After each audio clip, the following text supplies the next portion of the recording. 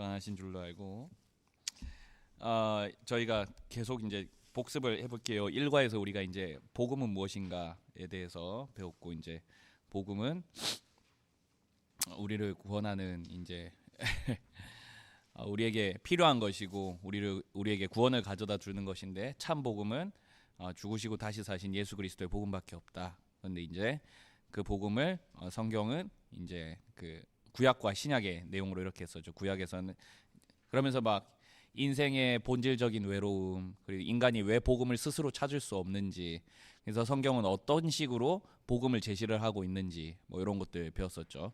그러면서 이제 하나님께서 인간의 반역을 뒤집으시고 예수 그리스도를 보내주셔서 다시 한 번 더 하나님 나라의 통치가 임한다라는 게 복음이었습니다. 그게 하나님 나라 복음이었고, 이과에서는 이제 기독교 신앙의 세계관적 접근을 한번 생각을 해봤고요. 그래서 세계관이란 무엇이었는가에 대해서 한번 생각을 했고, 그리고 이제 세계관적으로 신앙을 접근을 할 때 이제 우리의 삶과 신앙의 괴리가 사라지고 우리의 삶이 곧 신앙이 되어진다. 뭐 이런 이야기들 했었던 것 같습니다. 그리고 쌤 저기 미안한데 저희 동기 쌤 히타 가가지고 히타에 저거 햇님 모양 있는지 한번 볼래요? 햇님 모양?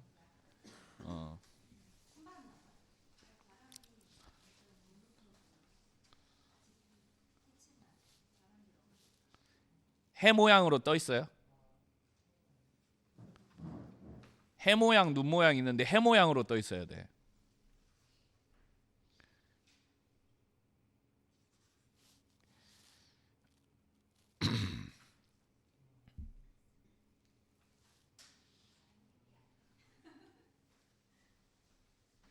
네, 감사합니다.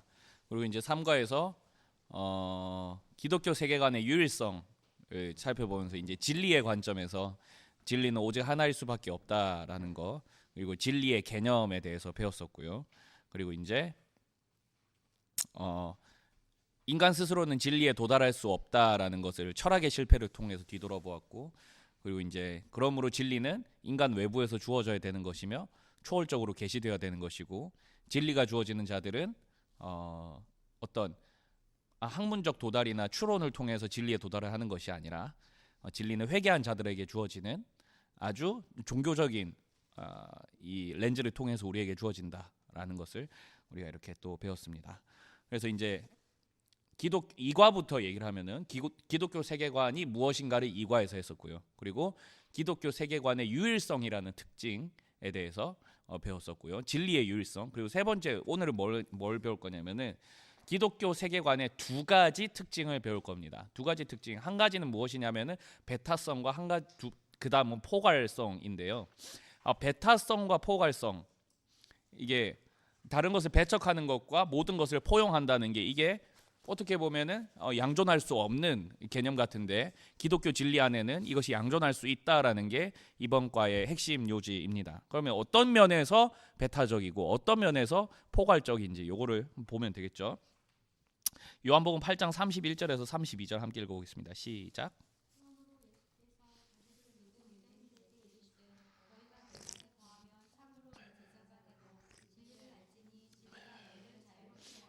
자, 우리가 믿어야 할 것은 보편적 진리는 반드시 존재하며 우리가 그 진리에 도달할 때 진정으로 인간다운 삶, 사탄의 모든 속박으로부터 자유하며 욕망의 노예에서 벗어난 생명을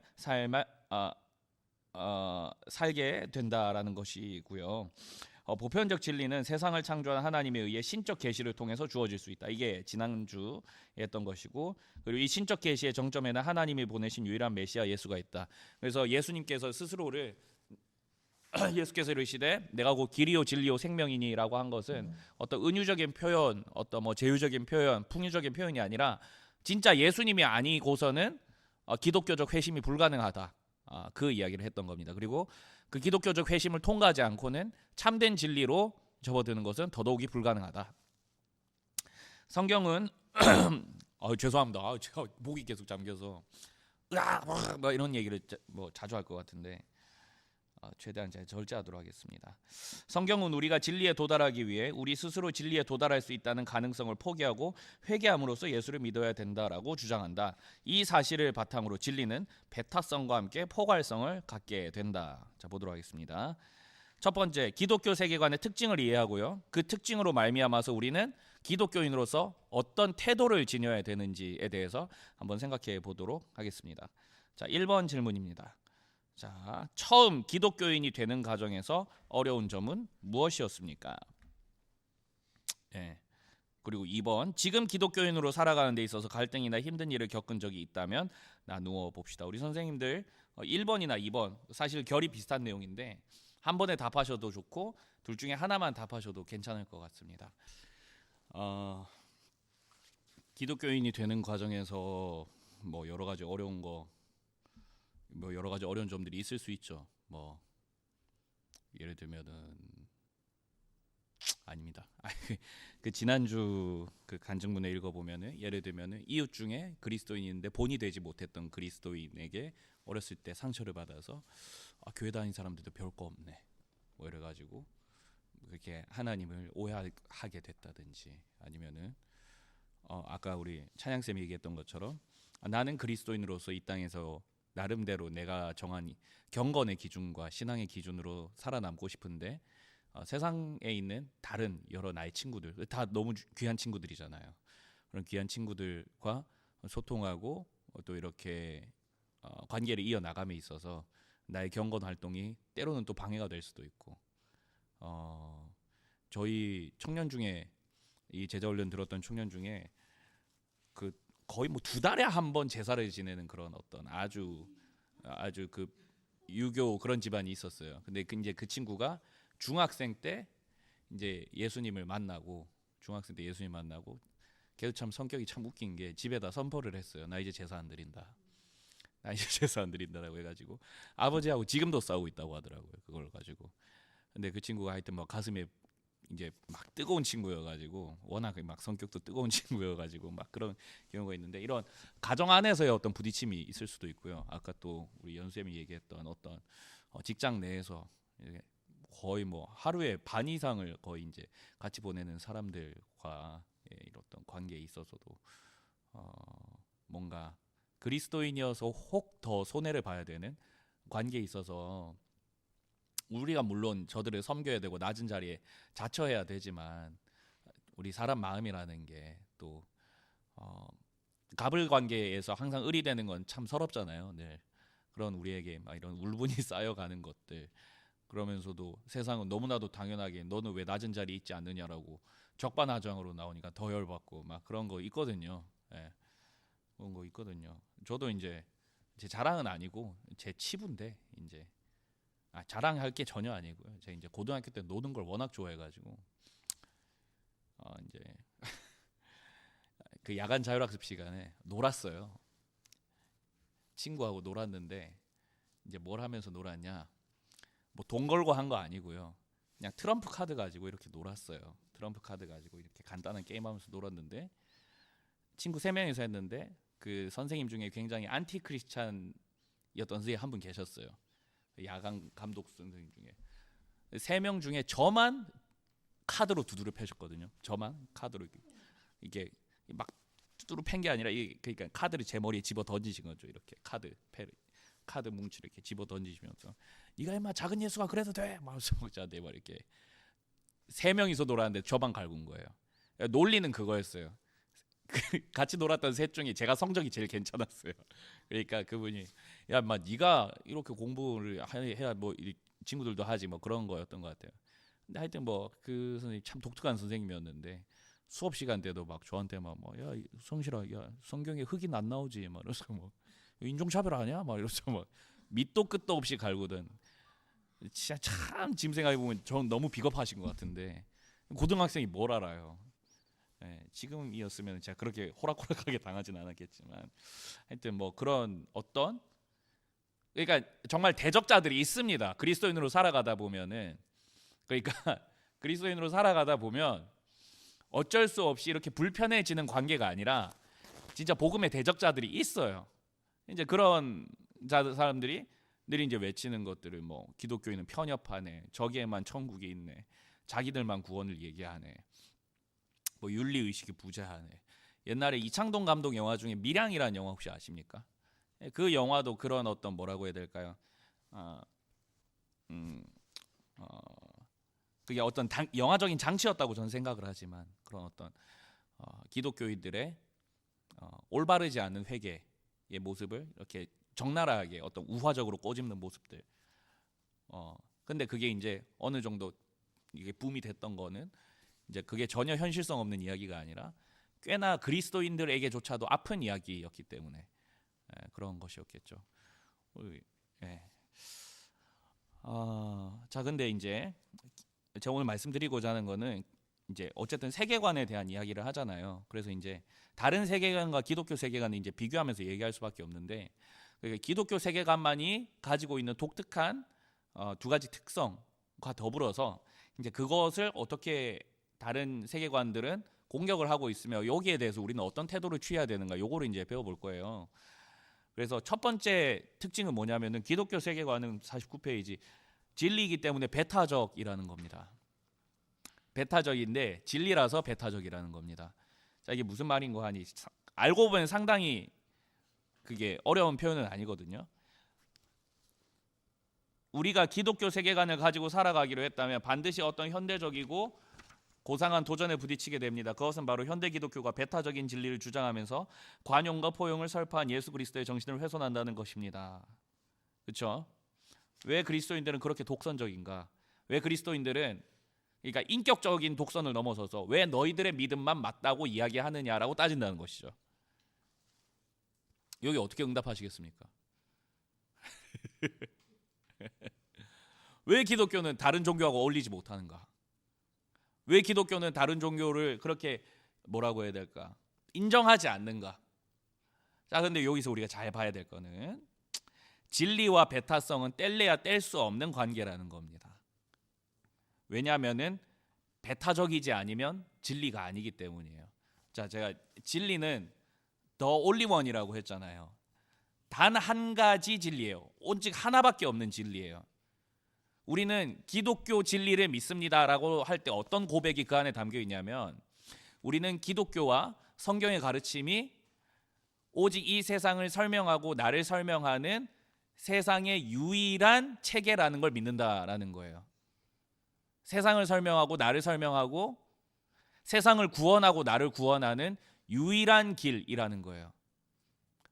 진리라는 말 자체가 그런 뜻이에요. 진리라는 말 자체가 여러 진리가 있을 수 있다라고 상정하는 거는 이제 지난 시간에 살펴봤던 이제 상대주의. 근데 우리가 상대주의의 어떤 지지난 시간에 봤었네요. 상대주의의 어떤 폐해나 어떤 도덕적인 타락 뭐 이런 것들, 기준이 사라짐으로 말미암아 죄악된 인간들이 만들어내는 어떤 군상들, 이런 것들을 한번 살펴봤었죠.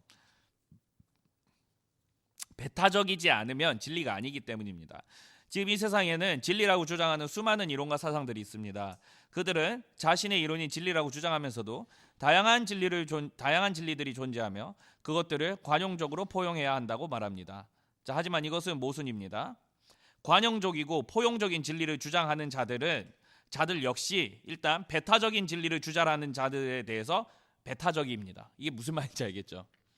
관용적인 진리를 주장해야 된다라고 하는 그 사람들이, 이게 상대주의 진리, 이게 자가당착의 이 그건데, 그러니까 모든 진리들에 대해서 포용적이고 관용적이어야 한다고 말하지만 배타적인 주장을 하는 진리에 대해서는 그것을 또 배타적으로 배척을 하는 거죠. 이게 자가당착이라는 거죠. 이게 얼마나 배타적이며 자기 모순적이며, 그렇죠? 그리고 3번 확신이 없는 자들인지 여실히 드러내고 있습니다. 이게 무슨 말이냐면 내 말도 진리이고 네 말도 진리일 수 있다라는 거는 또 다른 의미에서 어떤 말로 또 해석될 수 있냐면은, 또 그 내면 안에는 어떤 그 전제가 있냐면은 나의 진리가 유일한 진리가 아닐 수도 있다라는 전제인 거죠. 내가 믿고 따르는, 내가 신뢰하고 신봉하는 진리가 유일한 진리가 아닐 수도 있다. 혹은 내가 신봉하고 따르는 진리가 나를 온전히 설명해 주지 못하거나 우주를 온전히 설명해 주지 못하거나 구원과 뭐 어떤 여러 가지 우주의 모든 차원들에 대해서 설명해 주지 못하는 부분이 있을 수 있고, 때로는 거기에 거짓이 있을 수도 있고 부족한 점이 있을 수도 있다라고 이야기하는 확신이 없는 거라는 거죠.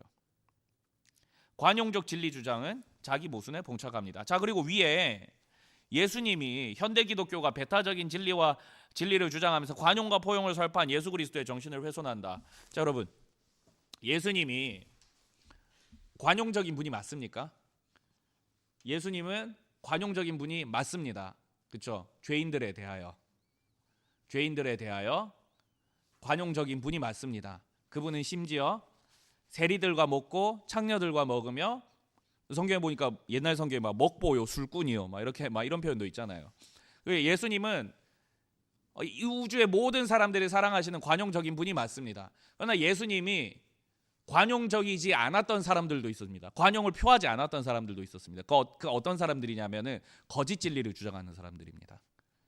특히 그 예수님 당시에는 종교라는 탈을 쓰고 사람들을 압제하고 사람들을 아프게 했던 종교 지도자들을, 유대 종교 지도자들, 하나님의 이름, 진리의 이름은 사라지고 자신들이 높아졌던, 시장에서 문안받기를 좋아하고 넓은 옷 입는 것을 즐겨했던 그런 사람들을 예수님이 지적하시죠.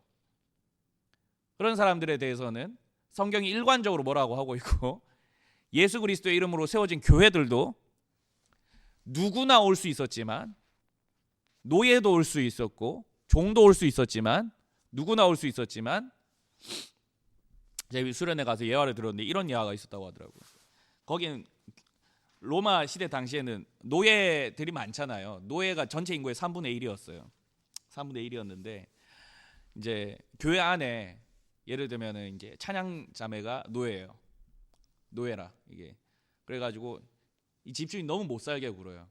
막 맨날 두들겨 패고 못 살게 굴고 막 곧 있으면 죽을 것 같아요. 그러면 교회 안에 어떤 일이 있었냐면은 원래대로라면은 교회 안에서 돈을 모아서 이 사람을 자유로 사줍니다. 이게 속량의 의미인데 이 사람을 자유인으로 만들어줘요. 돈으로 사서 속해주는 거니까. 근데 교회 안에 돈이 없으면 어떻게 하느냐? 돈이 없을 수도 있잖아요. 교회 안에 자유인이 그 사람 대신에 노예가 되고 내 몸값을 팔아서 그 주인한테 주고 이 사람 자유인으로 만들고 내가 당신의 노예가 되겠소 하는 뭐 이런 자기헌신도 있었다고 하더라고요. 정말 대단하죠. 뭐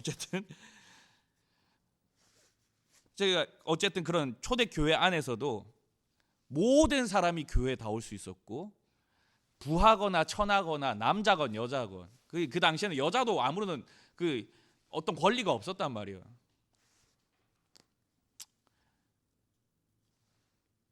그거 아시죠? 그 그리스 민주정도 우리 현대 민주주의의 뿌리라고 하지만 거기도 남자만 참여 가능했던 거 아시죠?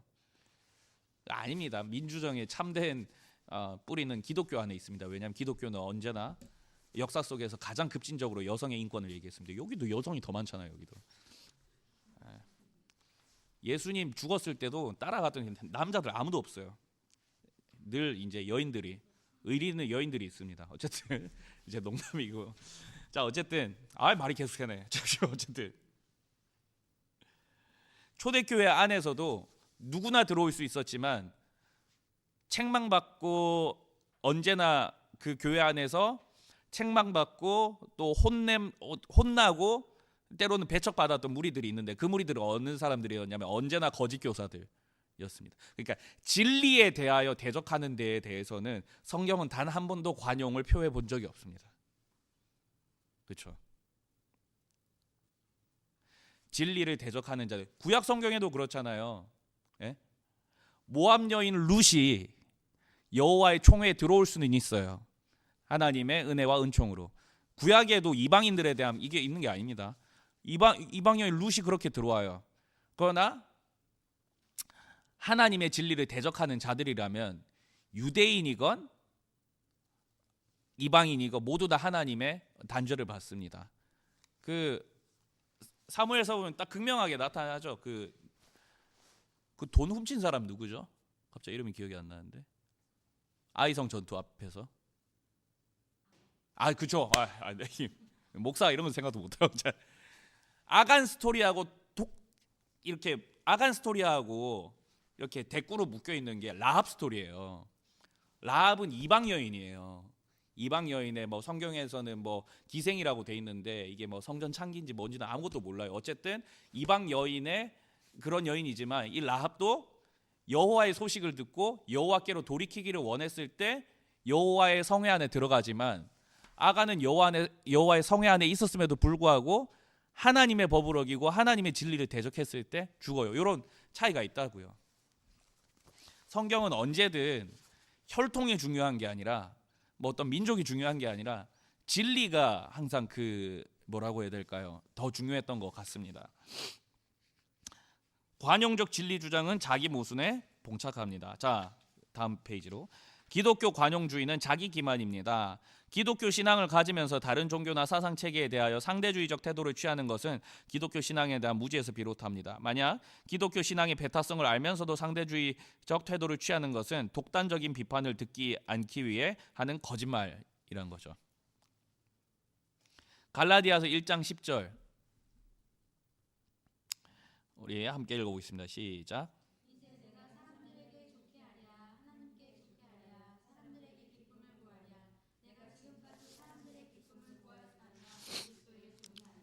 그렇죠. 갈라디아서의 배경도 다 아시죠? 거의 아시죠? 갈라디아 교회 안에 거짓 교사들이 막 들어온 거거든요.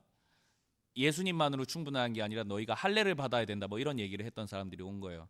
그래서 1장 7절에서 사도 바울이 다른 복음은 없다 이런 얘기를 하면서 이제 막 갈라디아서의 전체적인 오전은 혼내는 거고 열받는 거고 분노예요. 바울이 정말 열받아서 쓴 서신인데 그거 지금 얘기하는 거예요. 내가 사람들한테 좋게 얘기하겠나 하나님한테 좋게 얘기하는 거예요. 난 당연히 하나님 편이다. 사람들의 기쁨을 구하래. 내가 지금까지 사람들의 기쁨을 구하였다면 나는 그리스도의 종이 아니다. 나는 진리는 진리대로 선포할 것이다 라는 겁니다. 예수 그리스도는 내가 곧 길이요 진리요 생명이라고 분명히 말씀하셨습니다. 우리의 문제는 세상 사람들의 눈치를 보면 기독교의 배타성을 은근슬쩍 부정하는 동시에 자기 욕망에 눈이 어두워 예수님의 말씀을 실천하지 않는 비윤리성에 있습니다. 3번 기독교 진리는 타협할 수 없습니다. 기독교 신앙은 세상 모든 사람들에게 복을 주는 것이지만 신앙체계는 배타적입니다. 이 말은 하나님 한 분이시며 이는 다른 신 다른 구원의 방식을 용납하지 않는다는 것입니다. 다른 구원의 방식은 이 세상에 존재할 수 없다는 것을 인정하는 것입니다. 출애굽기 20장 3절 너는 나 외에 다른 신을 섬기지 말라. 제가 그것도 설명해 드린 바가 있죠. 출애굽 여기 신명기 설명해 드리면서 그 10계명의 그 하나님 외에 왜 다른 신을 섬기면 안 되는지에 대한 그게 왜 어떤 맥락에서 나왔었는지 가나안의 다신론을 배척하라는 겁니다. 가나안의 상대주의를 배척하라는 거예요. 이 주장 때문에 우리가 어려움을 당한다면 그것은 무엇이다? 의로운 고난이다. 이게 진짜 의로운 고난인 겁니다. 우리가 나아가 우리는 배타적인 진리를 전하는 통로가 되기 위하여 하나님 나라를 구현하는 복음적 존재 방식을 훈련해야 됩니다. 이거 이권에서 배울 겁니다. 복음적 존재 방식. 그러니까 내 존재가 복음이 되어야 된다는 그런 아주 어려운 얘기인데 배타적인 진리를 주장하면서 동시에 예수님의 말씀을 실천하는 윤리적 삶을 회복해야 기독교 진리의 증인이 될 수 있습니다. 자, 복음의 진리는 배타성을 가집니다. 배타성을 가지고 있기 때문에 세상으로부터 의로운 고난을 받을 수밖에 없습니다. 이것이 복음을 증명하는 그리스도인의 삶입니다. 그 초기 기독교 순교사 막 이런 거 읽어보면은 제가 어디 교회인지 잘 기억은 안 나는데 이제 보통 일제 압제아래서 저기 뭐죠? 교회를 탄압하고 교회를 이제 처벌을 할 때 이제 십자가 이게 뭐 우리 신앙하고는 결이 막 다 맞지는 않지만 십자가상을 버리라라고 했는데 그 십자가상을 품고 절대로 놓지 않고 이렇게 얻어맞고 죽어가는 성도들을 보면서 다른 사람들한테 일본 순사들이 오히려 그 사람들 비꼬려고 했던 거겠죠. 너희는 쟤만도 못한 놈들이라고. 저렇게 그 다 도망친 사람들한테 너희는 저 사람만도 못한 사람이라고. 너희는 예수를 전혀 모르는 사람들이라고. 오히려 이렇게 비꼬게 되는 그런 일들. 기독교 진리는 타협할 수 없습니다. 그럼 한번 좀 생각을 해볼까요? 그러면 우리는 교회 안에서만 살아야 될까요? 우리 연수 쌤이 교회만 오면 마음이 너무 편안하다고 하셨는데, 아, 저도 그래요. 저도 이제 교회에서 사실 저는 좀 죄송하지만 교회 사무실에 가면 기분이 되게 나빠지고요. 야, 막 나는 이런 걸 잘 못하겠어요. 저는 막 뭐죠? 테이블 워크라고 하죠. 막 뭐 기한서 쓰고, 나 이런 거 정말 못하겠어요. 막 싫어요, 저는. 근데 막 사람들 만나서 교육하고 우리 청년들 만나서 뭐 하는 거 없어도 밥 먹고 뭐 이야기 들어주고 같이 기도해주고 이런 건 뭐 맨날 할 수도 있거든요. 근데 저는 이걸 못하겠어요. 이거 여담인데 막 제가 테이블 워크 중에 제일 좋아하는 게 우리 유치부 애들 사진 고르는 거, 제가 그거 제일 좋아합니다. 그러니까 세상 근심 걱정이 다 사라져요. 그 애들 사진 보고 있으면. 참 유치부 사역을 하나님 주신 게 참 복이라고 생각하는데, 어쨌든 우리는 교회 안에서만 살아갈 수는 없잖아요. 그리고 교인들만 만날 수도 없습니다. 하나님은 그걸 원하시지도 않으시고, 그렇게만 살아간다면은 우리가 얘기했던 우리가 아까 제가 잠깐 얘기했던 그들만의 천국, 너희들만의 천국 안에서만 살아갈 수밖에 없고, 세상이 빛과 소금이 되는 게 아니라 세상의 썩은 소금, 그리고 좀 이렇게 뭐라고 할까요? 잘 밝지 않은 빛 정도로 살아가게 되는 거겠죠. 우리의 태도는 너무나도 극명합니다. 이웃들에 대해서는 당연히 당연히 관용적으로 대우를 해야죠.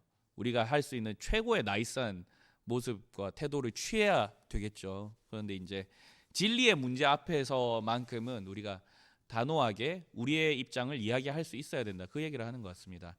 저희 시골 이웃 중에 참 이것도 뼈 아픈 얘기인데, 저희 어머니, 그러니까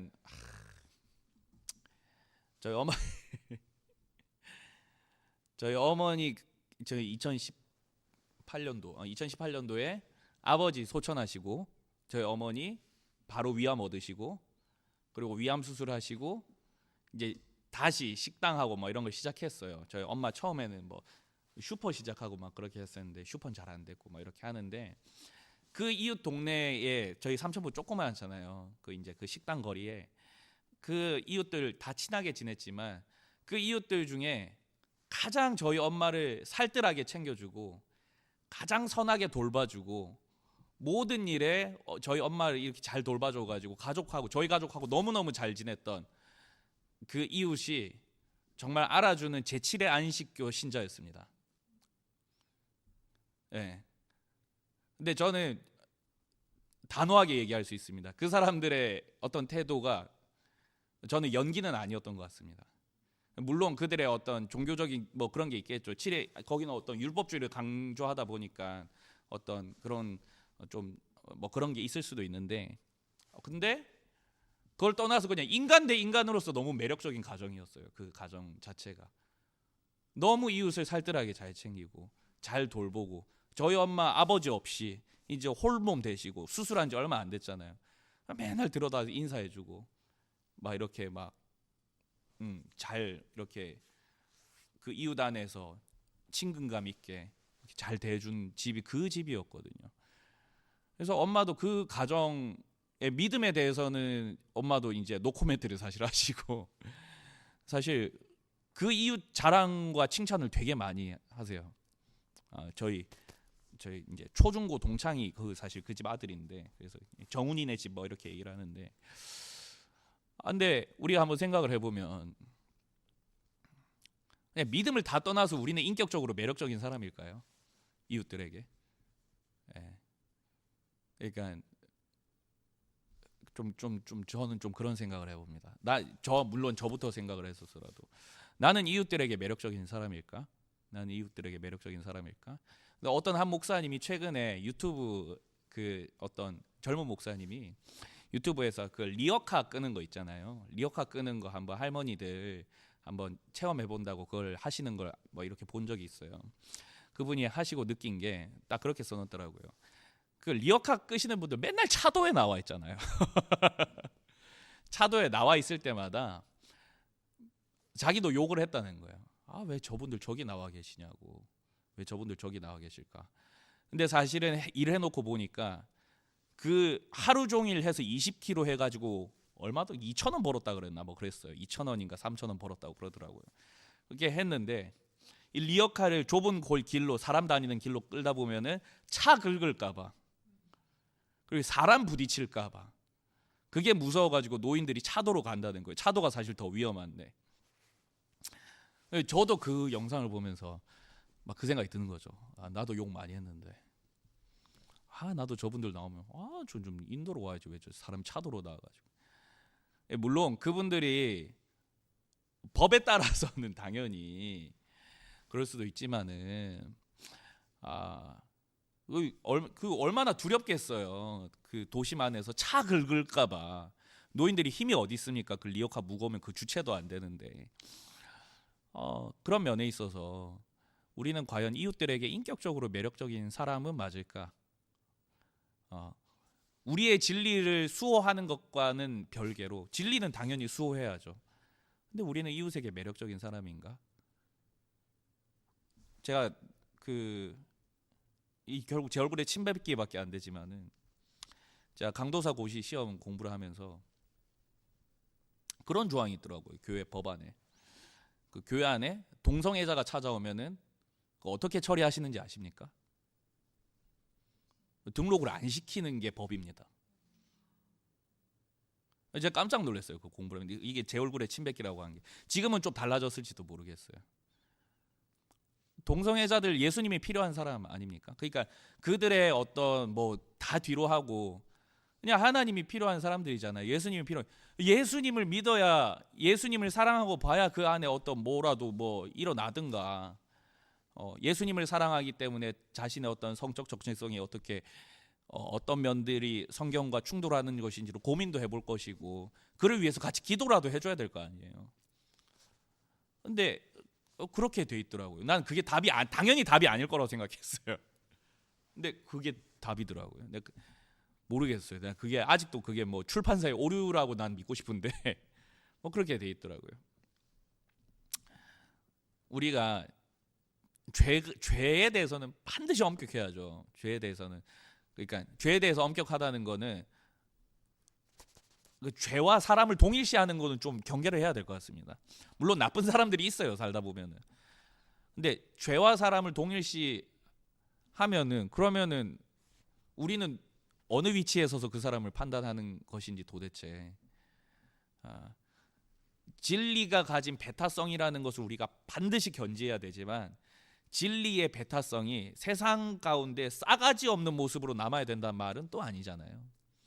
그런 것들을 우리가 좀 잘 생각해 보면서 우리에게는 우리 주변에는 예수님이 필요한 사람들이 너무 많다. 다 예수님이 필요한 사람들이다.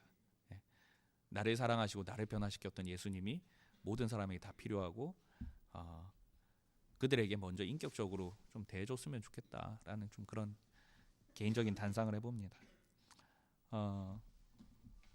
퀘스천 1번. 당신이 살아가면서 기독교 신앙의 배타성 때문에 받는 오해들은 무엇이며 어떻게 대처할 수 있습니까? 정말 그러니까 선생님들 뭐 말씀하신 것처럼 정말 다양한 우리 주변을 둘러싼 어떤 기독교 신앙에 대한 어떤 도전들 이 앞에서 우리가 어쨌든 이 배타성이라는 뗄래야 뗄 수 없는 이 진리의 특성 때문에 가지게 되는 어떤 불편한 지점들이 정말 많은 것 같은데 근데 제가 이제 저도 많이 성공해 본 적은 없어요. 근데 이제 우리 청년들한테 늘 이제 이야기하는 거는 청년들 너희 공동체 안에서 너희가 속한 영역에서 제일 영적인 사람들이 되어야 된다라고 제가 늘 얘기를 하거든요. 그러니까 무시할 수 없을 만큼의 실력을 어쨌든 길러 놓아라 라고도 얘기하고 그러면서 가장 영적인 사람이 되어야 된다고. 그리고 우리 청년들 뭐 어쨌든 젊은 세대들도 인생의 어떤 문제들에 막 이렇게 부딪혀 왔을 때 제일 먼저 찾아가는 게 뭐랄까요? 일단은 자기가 하고 싶은 거 찾는다든지 아니면은 뭐 술자리 찾아간다든지, 아니면 자기 취미생활 찾아간다든지, 아니면 그걸 외면한다든지. 이게 포스트 모던의 가장 큰 특징인데, 문제 앞에서의 외면을 한다든지, 아니면은 미신을 쫓아가거든요. 미신도 많이 쫓아가요. 참 신기한 게 요즘 청년들도, 난 그게 뭐 여러 번 얘기했지만 사주를 그렇게 보더라고요. 사주, 타로 이걸 엄청 보더라고요. 이게 뭔가 뭐라고 해야 될까요? 그냥 뭐 인터넷 사주 뭐 이런 것도 있고, 뭐 사주가 엄청 캐주얼하게 된 것 같은데, 결국 영적인 것으로부터 어떤 삶의 대답과 위안을 찾고 싶어하는 것도 인간의 본능인 것 같아요. 근데 제가 늘 이제 지체들한테 얘기를 하는 게, 그 지체 사람들이 영적인 문제나 인생의 어떤 자기 인생의 본질적인 문제 앞에 부딪혔을 때 당신들이 찾아갈 수 있는 옵션이 되어야 된다. 니들이 찾아갈 수 있는 옵션이 돼야 된다. 아니면 가장 먼저 찾아갈 수 있는 어떤, 이럴 때는 하나님은 뭐라고 얘기하시냐, 이럴 때는 기독교는 뭐라고 얘기하냐, 그러면서 자연스럽게 복음의 문이 열리지 않겠느냐. 저는 그렇게 생각해요. 그러니까 제가 말씀드리고 싶은 거는 뭐냐면은, 제가 이 카톡 프로필 명도 바꿔놨는데, 그 메시지도 바꿔놨는데, 그 이제 수련회에서 들었던 그 어떤 한 줄이 참 기억에 남아서, 목소리가 아닌 말의 가치를 높여라. 꽃을 피우는 것은 비다, 천둥이 아니다. 요런 문장이거든요. 그리고 꽃을 피우는 거는 요란한 천둥이 아니라 그 내리는 비잖아요. 조용히 내리는 그 비가 꽃을 결국 피우는 거잖아요. 그러니까 우리들도, 그러니까 진리에 대해서 질문을 한다면 우린 가감없이 대답을 해야겠죠. 그러나 조금 죄송한 얘기지만, 어떤 기독교 진리에 대해서 아직 받아들일 준비가 되지 않은 사람들에게 그 어떤 뭐라고 해야 될까요? 그러니까 무턱대고 진리를 먼저 들이미는 거는 때로는 저는 좀 효과적이지 않을 수도 있다라고 저는 좀 생각을 합니다. 그러니까 진리로 사는 사람의 삶이 얼마나 매력적인 삶인지를 보여주는 게 먼저이지 않을까 저는 좀 생각을 해요. 제가 여기 좀 찾아놨는데, 고린도후서 1장 4절에 보면, 우리의 모든 환난 중에서 우리를 위로하사 우리로 하여금 하나님께로부터 받는 위로로서 모든 환난 중에 있는 자들을 능히 위로하게 하신다. 이 무슨 말인지 알겠죠? 그러니까 하나님을 믿으면서 하나님께 위로를 받으면서 살아가는 그 삶이 얼마나 매력적인지를, 매자가 도깨비 매자거든요. 막 이렇게 홀린다고. 얼마나 매력적인 삶인지를 이렇게 우리가 보여줄 수 있다면 그게 가장 최고가 아닐까 생각합니다. 그러니까 하나님과의 관계를 늘 돈독하게 하시고 따뜻하게 하시고 그렇게 하셨으면 좋을 것 같아요. 그 요셉도, 그 요셉 스스로가 나 하나님과 함께하는 사람이에요라고 얘기한 게 아니라, 보디발이 보니까 쟤한테는 하나님이 함께 하시는구나, 나는 쟤를 써야겠다. 감옥에 갔을 때도 간수장들이 쟤 보니까 하나님이 함께 하시는구나. 요셉이 요란하게 떠든 게 아니라 그 사람들이 보니까 그렇게 보였던 거잖아요. 저는 우리 선생님들의 삶도 한순간에 뚝딱 이렇게 되는 것은 쉽지 않겠지만은 하나님의 말씀과 은혜를 사모하시면서 그런 어떤 여러분들의, 우리 선생님들의 삶 속에 하나님의 함께 하심이 이렇게 남들에게 증명되어지는 그런 삶이 되실 수 있기를 축복합니다. 두 번째 특징입니다. 51페이지, 기독교 세계관의 또 다른 특징은 포괄성입니다. 자, 첫 번째, 진리가 아닌 것들에 대해서는 배타적입니다. 왜냐하면 진리이기 때문입니다.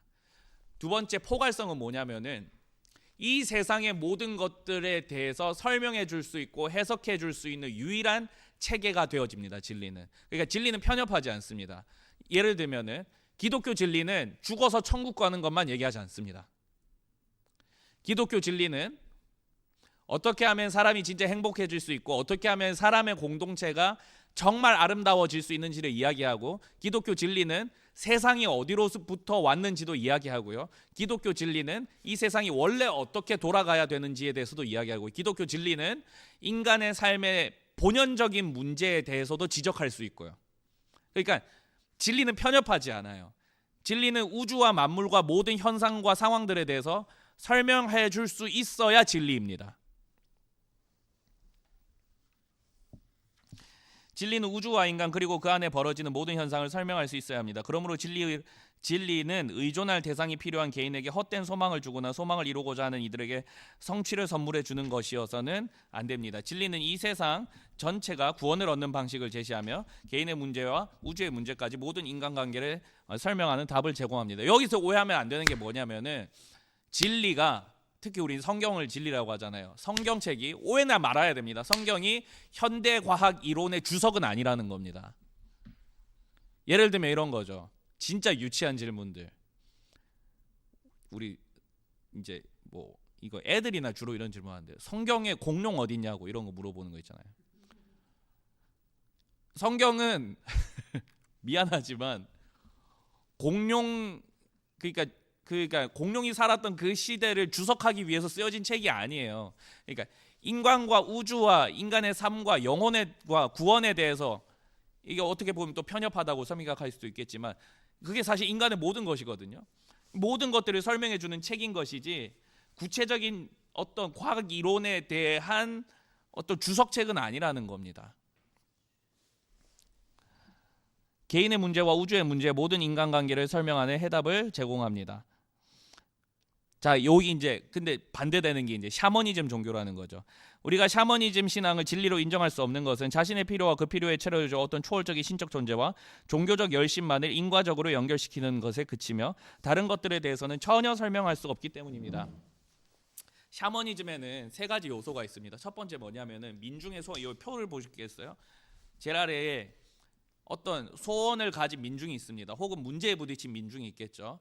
그리고 이 민중이 샤먼이라는 매개자를 통하여서 신에게 나아갑니다. 신적 존재에게. 민중, 샤먼, 신. 뭐 어떻게 보면은 뭐 예수님의 중보직 같아 보이지만 사실은 그렇지 않습니다. 샤머니즘 신앙의 이 뭐라고 해야 될까요? 도식은 너무 심플합니다. 민중이 소원을 가지고 샤먼의 힘을 빌려서 이른바 정성을 보이면 어떤 아니면 종교적 제의의 어떤 꾸준함이라든지 아니면 어떤 퍼포먼스를 화려하게 한다든지 아니면 그 신적 제의를 잘 해내면은 신이 만족해서 인간의 소원을 이루어 줄 뿐입니다. 그럼 여기서 문제가 되는 것은 뭐냐면은 샤머니즘은 인간이 가지고 있는 개인적이고 지엽적인 문제를 어떻게 해결할 수 있을 것인가는 어느 정도 답을 제시해 줄 수 있을지도 모릅니다. 그러나 샤머니즘 신앙에서는 이 신이 어떤 인간을 향해 어떤 계획을 가지고 있고 우주는 어떻게 만들어졌고 인간을 향한 이 신적 존재의 뜻은 별로 중요하지 않습니다. 심지어 이 신을 주인으로 섬기지 않아도 됩니다. 무슨 말이냐면 신은 소원만 이루어주면 되는 신이기 때문에 이 신에 대해서 별로 관심을 가지지 않아도 된다는 말입니다. 네, 무슨 말인지 알겠죠? 그러니까 샤머니즘 신앙에서는 신과 인간과의 인격적인 관계가 없죠. 그냥 샤먼에게 신 내림만 있을 뿐입니다. 신과 인간 사이에 인격적인 관계가 없어요. 그런데 문제는 무엇이냐? 기독교 신앙을 우리가 샤머니즘적으로 이해하는 경우가 되게 많죠. 하나님의 뜻과 하나님의 계획과 하나님의 어떤 뭐라고 해야 될까요? 진리에 대한 열심과 하나님의 놀라운 일들에 대해서는 별로 관심이 없습니다. 그저 우리가 하나님께 접근하는 방식은 첫 번째, 하나님 나 죽어서 천국 가게 해주세요. 두 번째, 하나님 저에게 이런 문제가 있으니 이 문제 좀 해결해 주세요. 요 정도인 겁니다. 이 안에서 하나님과의 인격적인 관계는 별로 중요하지 않습니다. 그래서 천국에 대한 확신도 있고 기도를 열심히 하는 성도일지라도 신앙의 자람이 없을 수 있고 예수님을 닮아가지 않는 모습이 충분히 있을 수 있는 겁니다. 그렇잖아요. 제가 자주 예화로 드는 제 첫 교회에 제가 처음으로 사역했던 교회에 제가 이제 고등부였었는데 고등부 여학생의 할아버지예요. 집사님인데 이분이 뒤늦게 예수님을 믿었어요. 얼마나 이제 아내 권사님 이제 이 권사님이 먼저 믿었는데 권사님이 교회에다가 헌금을 내고 11조를 내시면은 사무실로 그 다음 날에 와가지고 돈 내놔라고 하고 다시 가져가시던 그런 분이셨어요. 네. 그러다가 뒤늦게 예수님을 만난 거예요. 이분이 성격이 화끈하니까 예수님도 화끈하게 믿어요. 매 예배 때마다 제일 앞자리에 앉아가지고 막 손을 들면서 막 옛날 순복음교회 예배처럼 막 숨 넘어갈 것처럼 찬양하고 뭐 예배 때마다 막 손 모으고 아멘 막 크게 외쳐요. 그리고 집 가실 때 주차장에서 욕을 그렇게 하시면서 나가요. 차를 이따구로 되면 어떡하냐고. 차를 이런 식으로 되면, 제가 지금 그 집사님을 디스하는 거지만 좀 죄송하지만 물론 그 집사님 하나님 사랑하십니다. 이런 경우가 있을 수 있다는 거죠. 제가 인천에서 사역을 했었는데 인천에서 인천 퀴어 페스티벌 한 적이 있습니다. 제가 그 교회에서 사역을 할 때 저희 교회가 동인천역에 있는데요. 동인천역에 이렇게 광장이 크게 있어요. 그 광장에서 인천 퀴어 페스티벌을 하겠다고 한 거예요. 근데 그 동인천역에서 저희 교회까지가 뛰면은 3분도 안 걸리는 거리였습니다. 그리고 그 동네에서 제법 큰 교회였어요. 오래되고. 그러니까 저희가 빠질 수가 없죠. 그 옆에 이제 이른바 맞불 집회라고 해가지고 인천 기독교 연합회에서 이 집회를 반대하는 집회를 하고, 어떤 그 인천은 아직도 좀 이렇게 수구적인 분위기가 있기 때문에 거기 이제 학부모 연합 막 이런 데 와가지고 막 그 반대라고 막 충돌이로 막 난리가 났었단 말이에요. 근데 저는 이제 뒤에서 지켜보면서 아이고 어떡하노 막 이렇게 보고 있었죠. 당연히 저 어떡하노 막 저 애들 불쌍해서 어떡하노 막 이러고 있었는데, 이제 가는데 그 광장 옆에 이제 송현동 파출소라고 파출소가 있는데 파출소 앞에서 정말 생전 듣도 보도 못한 육두문자 들리는 거예요. 아니 이런 욕이 있나. 근데 목소리도 엄청 커요. 아니 이렇게 욕을 할 수가 있다고? 내가 막 내가 막 좀 약간 감탄을 했습니다. 와, 막 이게 나. 근데 그분이었던 거예요. 근데 그분이었던 거예요. 물론 그래서 제가 그분을 막 농담처럼 우리 교육자들끼리 아 저분이 막 십자군이다, 막 크루세이더 집사님이다 막 그렇게 했었는데, 아 그러니까 제가 계속 그분을 계속 욕만 하고 있는데 그분 욕만 하고 있는데 천국에 대한 확신이 그분에게 있겠죠 당연히. 그리고 기도하면서 그 손녀딸을 금이 아오기가 기르시는 막 그런 분이셨는데, 그런데 천국에 대한 확신도 있고 기도하면서 응답받았던 경험도 있고 예수 믿어서 잘된 경험도 있는데 예수님을 닮아 본 적은 없는 성도들이 교회 안에 많을 수 있다는 거죠. 왜냐하면은 하나님의 뜻에 별로 관심이 없거든요. 하나님은 내 소원을 일으켜 줄 수, 내 소원을 내 내세의 소원과 이생의 소원을 다 이루어 줄 수 있는 능력 많으신 하나님으로서는 인정할지는 몰라도 나를 지금에서부터 영원과 영원 이후까지도 다스리셔야 할 왕으로는 인정하지 않아요. 샤머니즘 종교가 이토록 편협할진데 우리가 기독교 종교를 샤머니즘적으로 충분히 이해할 수도, 이것도 이과 때 배울 겁니다. 기도에 대해서 배우면서. 기독교는 그게 아니라는 거죠. 기독교의 원형은 무엇이냐면 하나님의 통치가 하나님의 사람들에게 임함으로 말미암아 그 사람들을 통하여서 하나님의 통치가 온 우주 가운데 확장되는 겁니다. 그렇기 때문에 하나님의 백성들에게 그 무엇보다도 중요한 게 뭡니까? 하나님의 계획과 뜻이겠죠. 그리고 하나님의 뜻을 잘 분별해야 되기 때문에 하나님과의 인격적인 관계가 제일 중요하겠죠. 이생에서의 복과 내세에서의 복도 중요합니다. 그러나 그 복의 근원이 무엇인지를 자세히 살펴보면 그 복의 근원은 하나님의 함께하심이었던 거예요.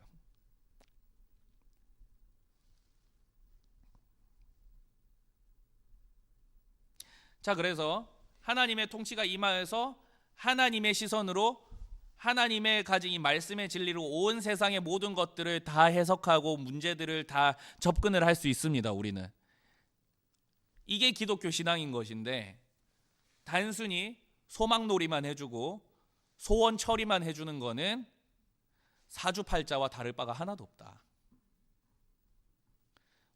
사주팔자가 훨씬 낫습니다. 거의 확실하거든요. 물 조심해라, 북쪽구로 가지 마라, 뭐 무슨 날 어디 가지 마라, 뭐 돈 꿔주지 마라. 더 확실해요 기독교보다. 그렇잖아요. 무당들 굿하는 것도 더 확실합니다. 신 내려가지고 칼 타는 순간 그건 완전 홈런 친 거예요. 아니 됐구나 싶은 거죠.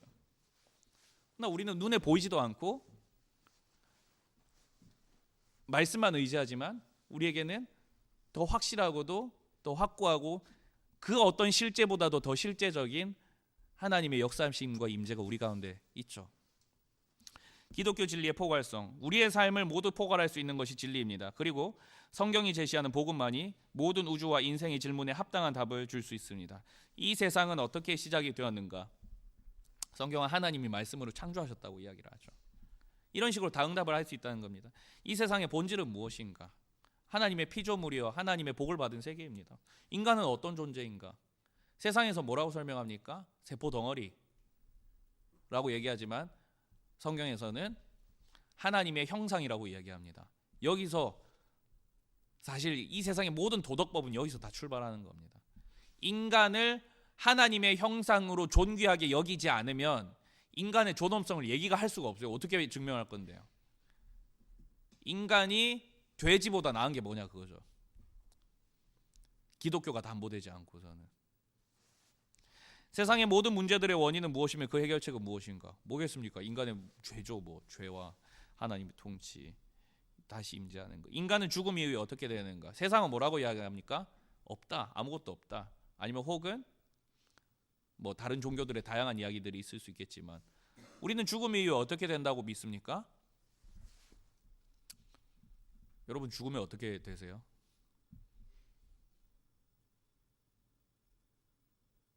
죽으면 어떻게 되십니까? 우리 내세에 대한 확신이 있죠. 천국으로 갑니다. 천국 가요. 그것보다 더 중요한 확신이 있습니다. 우리는 부활의 확신도 있습니다. 그런 식으로 우리가 이 세상과 역사와 온 우주에 대해서 이런 식으로 다 인간의 도덕과 선에 대한 갈망의 원천은 무엇이냐? 이게 하나님의 형상이기 때문에 그래요. 이게 다음 시간에 배울 건데 하나님의 형상 때문에 인간에게만 영혼이 있어요. 영혼이. 그래서 인간만이 도덕을 추구하고 인간만이 선에 대해서 갈망을 합니다. 인간의 삶과 역사의 의미는 무엇인가? 이것도 하나님의 통치와 임재와 하나님의 구원 역사로 다 설명을 할 수 있다는 겁니다. 그러니까 환원주의적으로 돌아간다는 게 아니라 진리는 어느 한 부분만 설명한다는 게 아니라 이런 모든 인간이 응당 부딪혀오는 이런 질문들 있잖아요. 우리는 어떻게 살아야 하는가? 우리 청년들 우리 이틀 전에 내 설교 들었죠? 설교 들었나 안 들었나? 설교 때 내가 뭐 물어봤습니까? 나는 누구인가? 우리는 어떻게 살아야 되는가? 이게 인간이 살고 죽이고 모든 철학자들이 부딪혔던 문제라고. 이런 것들에도 우리는 어떻게 살아야 되는 거? 어떻게 삽니까? 하나님 통치 안에 행복하게 사는 거죠. 이에 대해 무신론은 부분적 답변만 할 수 있습니다. 샤머니즘 종교는 사람들에게 소망놀이만 선물해 줍니다. 우리는 이제 우리의 영혼과 육체의 모든 문제와 현상들을 정확히 설명하는 포괄적 진리인 성경을 따라 기독교 세계관을 훈련하며 우리의 삶의 모든 영역에서 하나님 나라가 임하도록 힘써야 합니다. 그러니까 기독교는 모든 곳에 답이 되어줄 수 있다는 겁니다. 답이 되어줄 수 있습니다. 기독교는 절대로 편협하지 않습니다. 그리고 기독교가 아니고서는 설명 안 되는 것도 되게 많습니다. 제가 여러 번 누차 얘기하잖아요. 여러분들 음악을 사랑하시는 이유가, 여러분들이 예술을 사랑하시는 이유가, 여러분들이 자녀를 기르시면서 느꼈던 그 말할 수 없는 독특한 감정과 그 사랑이 그러니까 보이지 않는 것인데 가장 확실하게 느낄 수 있었던 그 사랑을 우리는 기독교 진리 안에서 인간의 영혼을 설명하고 인간의 본질에 대해서 이런 설명하는 기독교 진리가 아니고서는 우리는 온전히 설명 안 되는 게 너무 많습니다. 기독교 세계관은 그리스도인이 세상에 대해 품어야 할 기본 신념들을 포괄적 뼈대가 성경이라는 드라마에 배어있기 때문에 그러한 신념들은 우리의 문화의 기본 신념들을 상호 연관시켜 제시하는 것이다. 그것들은 성경의 진리에 기초하지만 성경 이야기 자체와 구별된다. 성경신학, 조직신학, 기독교 철학보다 원천적이고 포괄적인 삶의 안목이고 비전이다. 말이 어렵죠? 그러니까 정말 좀 유치하게 정리를 해드리자면 우리의 삶에 어떤 의문과 궁금증이 생겼을 때 성경에서 원리를 찾아야 된다는 말입니다. 이게 성경 안에서 원리를 찾아야 된다. 자, 퀘스천 2번. 요거 한번 진짜 더 어려운 질문인데, 그러니까 우리 선생님들께서 오늘 배운 거 말고요, 지금까지 살아오면서 설교를 통해서든 여러분들 개인적 큐티 말씀 읽는 거 통해서든 아니면 기도하면서 하나님과 소통하면서 통해서든 배워왔던 신앙의 내용들이 있을 거 아닙니까? 기독교인이라면 이렇게 살아야 되고, 그리고 말씀의 지침에 따른 말씀의 진리에 따르면은 세상은 이렇게 변화되어야 된다. 이것들이 우리 선생님들의 삶의 모든 영역에 구체적인 지침을 주고 있습니까? 그렇지 않다면 이유는 무엇일까요? 해결 방안까지는 묻는 거는 제가 너무 하지 않겠습니다. 우리 한번 잠깐 고민해 보는 시간을 가지고 마무리하도록 하겠습니다.